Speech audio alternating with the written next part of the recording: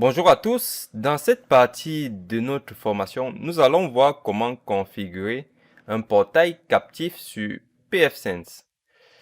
Pour cela, je vais déjà vous faire un petit schéma pour vous expliquer ce que c'est qu'un portail captif. Allons-y. Alors, j'ai mon boîtier ici avec 1, 2, 3 interfaces. Ok. Donc, j'ai un routeur ici et ensuite, j'ai accès à Internet. Alors, je peux mettre un switch là, connecté. Donc, ça, c'est le switch. Et puis, je connecte mes périphériques réseau, parmi lesquels je peux mettre un autre port ici pour le switch. Et ce port-là, je peux créer des VLAN. Donc, je vais mettre une borne Wi-Fi ici. Voilà, c'est bien comme ça. Et ainsi, des utilisateurs peuvent se connecter en Wi-Fi.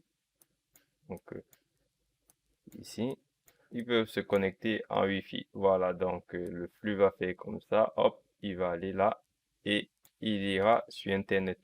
Très bien, un portail captif, c'est quoi? C'est tout simplement une interface web d'authentification qui va permettre à des utilisateurs qu'on appelle généralement des guests ou des invités. Ce sont des utilisateurs qui ne font pas partie de l'organisation. Alors, on peut installer un portail captif ou alors vous pouvez retrouver des portails captifs dans des hôtels, dans des gares, dans des aéroports, voilà, les restaurants, bars, etc. Vous vous rendez bien compte que il y a dans ces organisations-là un réseau qui est dédié à l'entreprise. Donc, on va réserver par exemple un port ici qui sera dédié au réseau de l'entreprise et on peut réserver un port du boîtier qui sera dédié aux invités, au réseau des invités. Donc, vous pouvez mettre une borne Wi-Fi et même des prises réseau. Donc, des utilisateurs peuvent avoir une salle, ça peut être une salle de réunion ou bien, on va dire, un espace commun à tout le monde. Donc, vous êtes dans une gare, vous avez le Wi-Fi public, c'est bien ça, le réseau invité. Et vous voyez que vous pouvez vous connecter sur le Wi-Fi public. Voilà. Donc, en gros, le portail captif, ça sera le suivant. Un utilisateur se connecte au réseau de l'entreprise. Il obtient un login et un mot de passe et en fait, il est redirigé vers une page web dont il peut obtenir le login et le mot de passe en renseignant son adresse mail. On lui envoie un login, un mot de passe ou bien un jeton pour s'authentifier. Et avec ce jeton-là, il peut avoir, on va dire, 1 heure de connexion, voire 2 heures de connexion. Voilà. Et il peut du coup se connecter à ce réseau-là et aller sur Internet. Voilà. Je pense que vous avez compris le principe du portail captif. Et si c'est bon pour vous, on va donc passer au paramétrage. Donc, pour paramétrer le portail captif, vous allez venir dans service, puisque ce sont des services. Et là, vous allez venir dans portail captif. Alors, attention, moi je suis en phase de test et il s'avère que lorsque vous téléchargez l'ISO, la dernière version de pfSense, si vous venez ici, vous cliquez là, vous avez la dernière version, la release là. Donc la 2.4.5 elle vous fournit en général 2 interfaces. Donc, il faut savoir que pfSense, c'est un logiciel open source, ça veut dire qu'on ne vous donne pas tout. Donc, il y a des trucs qui peuvent être adaptés et vous allez vous rendre compte que sur cette release-là, Ce n'est pas facile d'utiliser d'autres ports pour créer un portail captif. C'est la raison pour laquelle vous allez retrouver une autre image pour acheter aussi qui est fourni avec un boîtier qui a 5 ports. Donc, je pense que sur cette image-là, moi, je l'ai pas acheté, mais je pense que sur cette image-là, vous pouvez utiliser plusieurs ports pour créer des portails captifs. Déjà, on va tester, vous allez voir avec moi comment ça fonctionne. Alors, on revient donc dans Service, portail captif. Nous allons cliquer sur Ajouter. Et là, nous allons créer une zone. Alors, lisez bien. Nom de zone ne peut contenir, pardon, que des lettres, des chiffres et des caractères de soulignement. Donc, ceci dit, on peut mettre tout simplement guest. Allons-y avec guest. OK. Description, vous mettez dédié, réseau dédié aux guests, aux invités.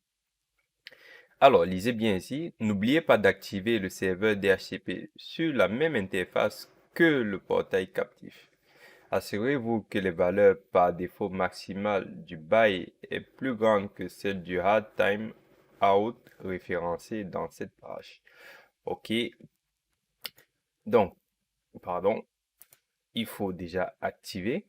Et là, normalement, vous choisissez l'interface sur laquelle votre ordinateur, on va dire, lorsque vous allez tenter de vous connecter sur Internet, vous allez être redirigé sur une page web.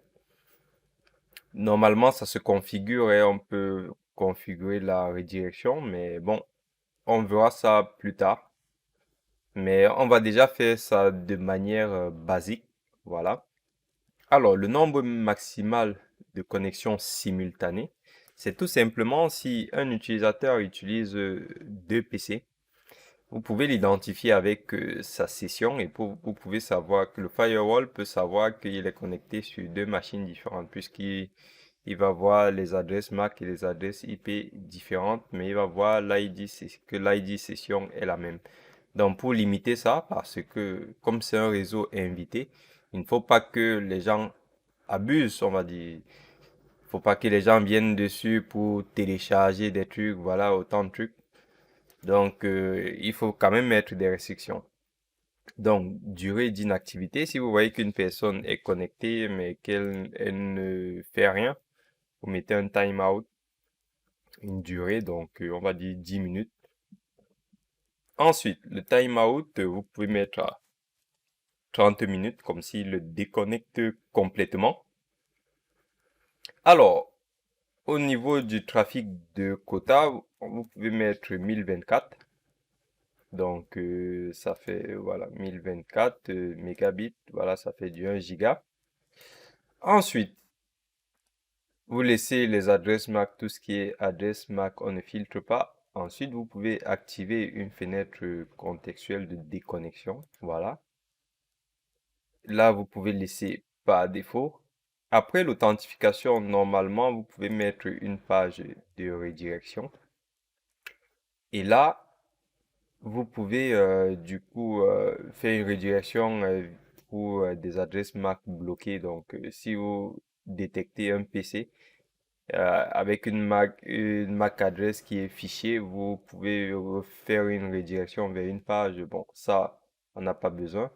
Par contre, il faut désactiver les connexions simultanées des utilisateurs comme s'ils utilisent une seule machine. Et ici, vous pouvez faire, bon, on ne fait pas du filtrage MAC, pareil pour là. Restriction de la bande passante, ça dépend de vous. Et ici, vous pouvez customiser, c'est-à-dire personnaliser votre page web du portail captif. Donc, vous voyez, si vous cliquez sur Enable, il va vous donner une page par défaut. Vous pouvez décider de télécharger aussi d'autres pages avec des fonds d'écran dont vous pouvez personnaliser une page et la télécharger. Donc, c'est à vous de voir. Nous, on va utiliser la page par défaut. Et là, vous pouvez mettre rapidement un mot des conditions générales d'utilisation du Wi-Fi Guest. Alors, on va mettre un téléchargement non autorisé. Voilà, comme ça. Alors, vous voyez les méthodes d'authentification, il y en a trois. Donc, on les définit ici. Alors, vous voyez que j'ai changé la langue ici. Par contre, ils ne traduisent pas tout. Donc, si vous utilisez Google Chrome, si vous avez du mal, vous pouvez venir ici et faire traduire en français. Et il vous dira, voilà. Donc, on va réactualiser, on va continuer. Hop, mince. Bon, alors, je refais. On avait dit 10, 30, 1024. OK.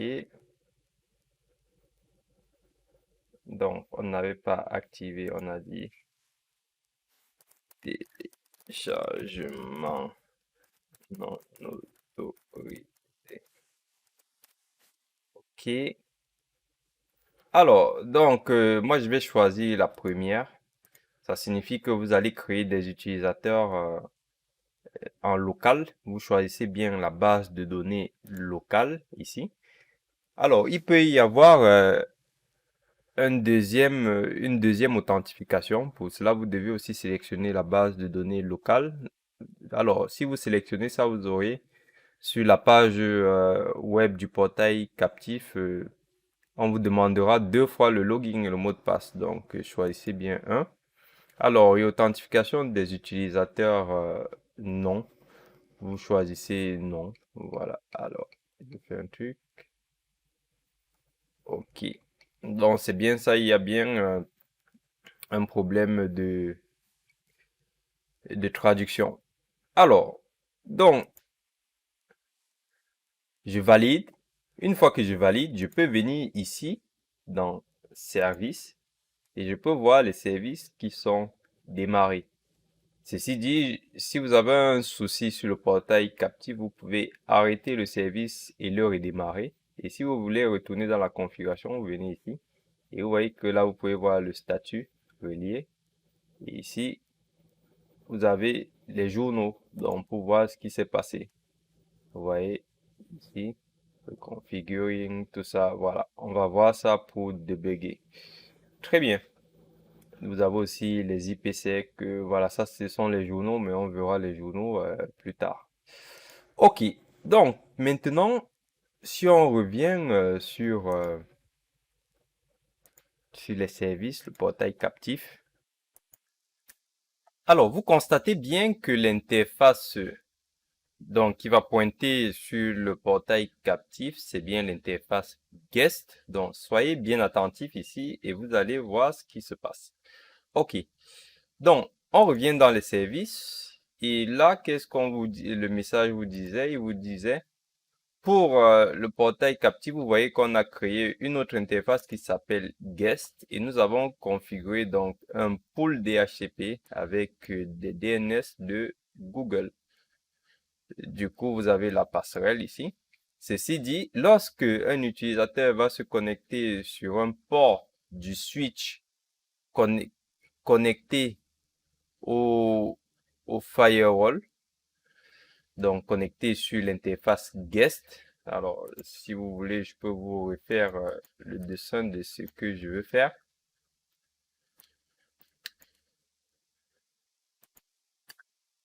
Alors, nous sommes ici.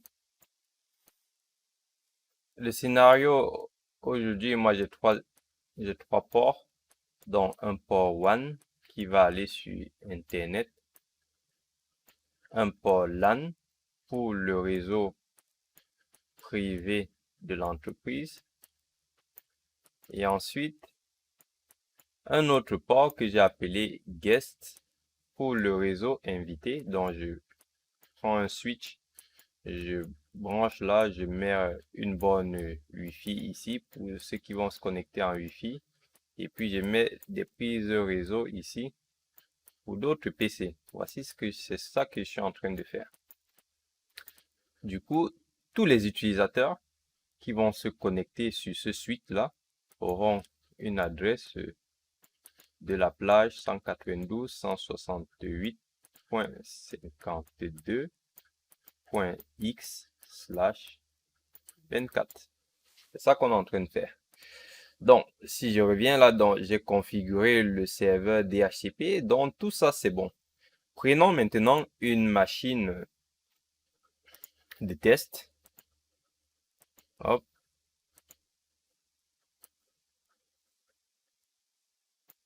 Prends ma machine de test.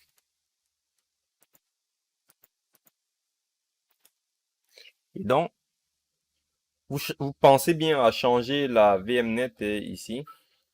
Donc, je suis sur la VMnet 3. Et là, si je viens ici, et faire ouvrir le centre de réseau de partage, vous voyez qu'il n'a plus accès à Internet. Vous avez vu ça changer parce qu'il a récupéré une nouvelle adresse IP et donc il est bien 192.168.52.10 avec les serveurs DNS de Google. Par contre, vous voyez, le triangle jaune vous dit qu'on n'arrive pas à aller sur Internet. Donc, c'est tout à fait normal. Alors, pour se connecter au portail captif, si vous utilisez l'adresse IP, vous pouvez vous connecter en 192.168 sur le port 168.52.242.80.02. Donc ça, c'est le port du Wi-Fi guest, non, du réseau guest. Et vous voyez, quand vous vous connectez là, il vous met un petit triangle jaune et rien ne s'affiche. Si vous faites le code source de la page, vous voyez qu'il n'y a rien du tout. Ok. Alors, c'est quoi la problématique selon vous? Donc, c'est un truc que j'ai découvert comme ça. Et du coup, ce que je pense, c'est que avec cet ISO là, on ne peut qu'utiliser deux ports pour on ne peut qu'utiliser un seul port pour notre réseau guest si on veut faire un portail captif, ce qui n'est pas trop tôt. Parce qu'en fait, on va obliger tous les utilisateurs, même les utilisateurs du réseau de l'entreprise, de se connecter au portail captif pour pouvoir avoir accès à Internet, ce qui n'est pas trop tôt. Donc, je pense qu'il faut trouver une autre parade et il existe des parades. Donc, ça va dépendre de vous pour contourner cela. Mais regardez, si je reviens ici dans Service, portail captif, hop, je lui dis, hop, tu vas pointer sur le LAN, je valide, je reviens ici sur mon client, hop, je fais entrer, vous voyez, il me donne bien une adresse de ce réseau, donc je suis bien dans ce réseau. Par contre, je pointe sur le LAN. Alors, expliquez-moi un peu pourquoi. Moi, je n'ai pas trouvé. Soit c'est un bug, voilà, comme je vous disais, soit c'est fait exprès parce que ils ont aussi une appliance qui est payante hein, avec un boîtier qui a 5 interfaces. Donc, je pense que c'est aussi pour forcer les gens à acheter ce boîtier-là. Voilà. Donc, ceci dit, on va travailler comme ça. Hein, donc, c'est pas grave. Et là, si je mets un utilisateur qui s'appelle Toto, je fais login, il me dit que les identifiants mots de passe ne sont pas bons. Ce qui est tout à fait normal parce que nous n'avons pas terminé le paramétrage. On revient donc sur le portail captif. Il faut effectivement créer des utilisateurs. Nous allons donc venir dans Système, Gestion d'usagers. Pour l'instant, nous n'avons qu'un seul compte qui est le compte admin. Du coup, on peut créer des groupes, c'est-à-dire créer un groupe ici qui va s'appeler guest. Et dans ce groupe, attention, c'est un groupe qui a une portée locale. Donc, vous avez ici l'appartenance du groupe. On vous dit tous les utilisateurs qui seront ici, là, dans cette zone-ci, seront non membres de ce groupe-là, donc ils ne feront pas partie de ce groupe-là. Donc, attention. Si vous voulez envoyer admin dans ce groupe-là, vous le sélectionnez et vous cliquez dessus. Donc, là, on ne veut pas faire passer tous les utilisateurs, ceux-ci seront des invités.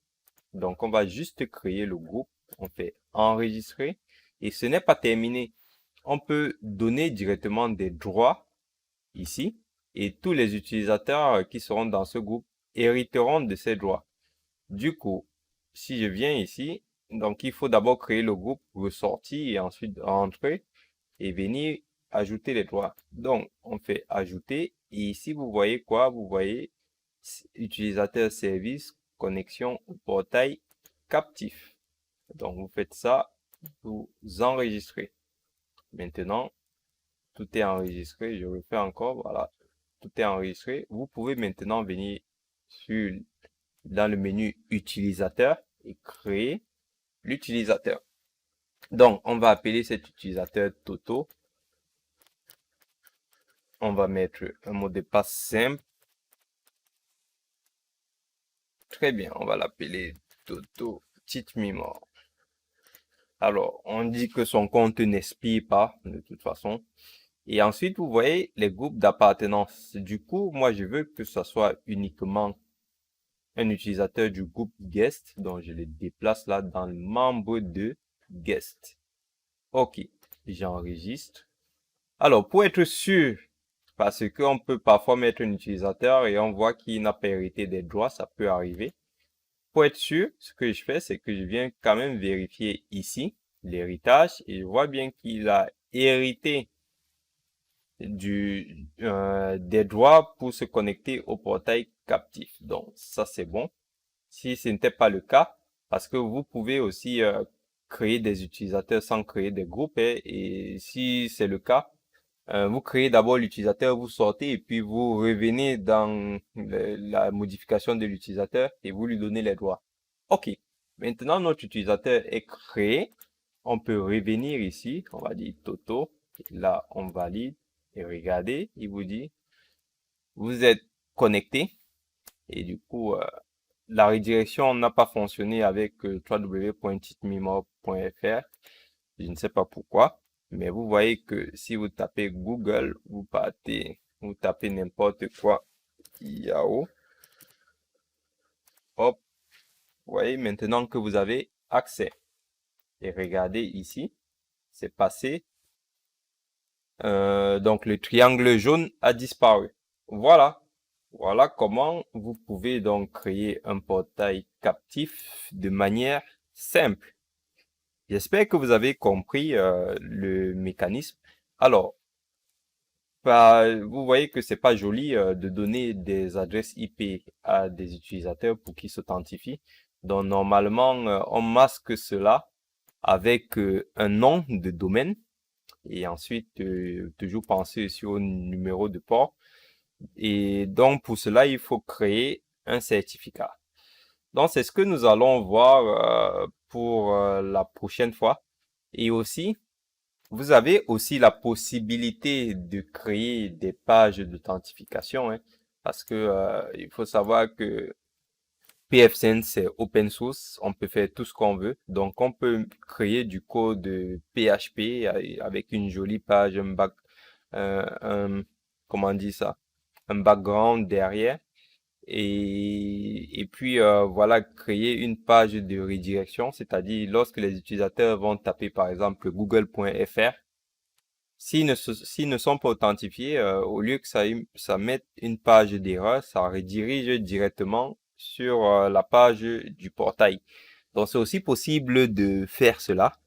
Voilà, vous pouvez vous rendre sur la procédure officielle parce qu'il y a aussi voilà des exemples de pages d'authentification sur le site officiel. Donc n'hésitez pas à aller regarder cela.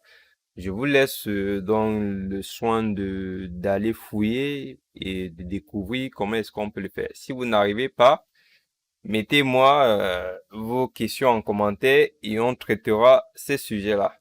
Je vous dis à tout de suite pour la suite de la formation. Merci.